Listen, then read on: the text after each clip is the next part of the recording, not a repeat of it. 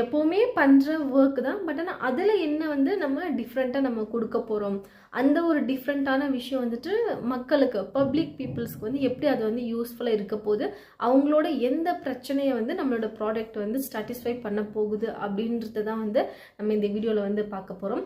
So நீங்கள் ஏதாச்சும் ஒரு ப்ராடக்ட்டோ இல்லை அப்படின்னா ஒரு சர்வீஸோ நீங்கள் வந்து பில்ட் பண்ணுறீங்க, இல்லை ஆல்ரெடி பில்ட் பண்ணி வச்சுருக்கீங்க அப்படின்னா, ஸோ அது வந்து கஸ்டமர்ஸ் கிட்ட வந்து ரீச் ஆக மாட்டேங்குது, அந்த கன்சியூமர்ஸ் கிட்ட, பீப்புள்ஸ் கிட்ட வந்து அது ரீச் ஆக மாட்டேங்குது அப்படின்னா, நீங்கள் அதாவது ப்ராடக்ட்டு ப்ராப்பராக இருந்தாலும் ஸோ மக்களுக்கு யூஸ் ஆகுற மாதிரி அந்த ஒரு ப்ராடக்ட் இருக்கா அப்படின்றத வந்து நம்ம பார்க்குறோம். எல்லா விஷயத்துக்கும் ப்ராடக்ட்ஸும் சர்வீசஸும் அவைலபிளாக இருக்குது. பட் ஆனால் அதில் என்ன ஒரு விஷயம் வந்து தனித்துவமாக இருக்குது, எந்த ஒரு விஷயம் வந்து யூனிக்காக வந்து மக்களுக்கு தேவைப்படுது அப்படின்றத வந்து நம்ம ஃபைண்ட் அவுட் பண்ணி ஸோ அதை வந்து நம்ம ஒரு ப்ராடக்டாவோ இல்லை அப்படின்னா ஒரு சர்வீஸாவோ பில்ட் பண்ணி அவங்கக்கிட்ட வந்து சேர்க்கணும். ஓகேங்களா? ஸோ அவங்கக்கிட்ட சேர்க்குறது வந்து இந்த மார்க்கெட்